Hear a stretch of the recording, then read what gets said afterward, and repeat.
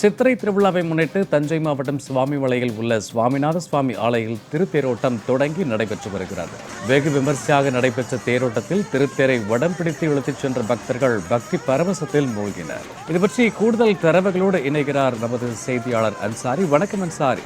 சுவாமிமலை கோவிலுடைய திருத்தேரோட்ட நிகழ்வு பற்றின கூடுதல் தரவுகள் என்ன, விரிவாக பதிவு செய்யலாம்? தஞ்சாவூர் மாவட்டம் கும்பகோணம் அருகே சுவாமிமலையில் சுவாமிநாத சுவாமி கோயில் உள்ளது. முருகனின் 6 படை வீடுகளில் 4ஆம் படை வீடாக திகழ்கிறது. இங்கு ஆண்டுதோறும் சித்திரை பெருவிழா நடைபெறுவது வழக்கம். இந்த ஆண்டுக்கான சித்திரை பெருவிழா கடந்த 17ஆம் தேதி கொடியேற்றத்துடன் துவங்கியது.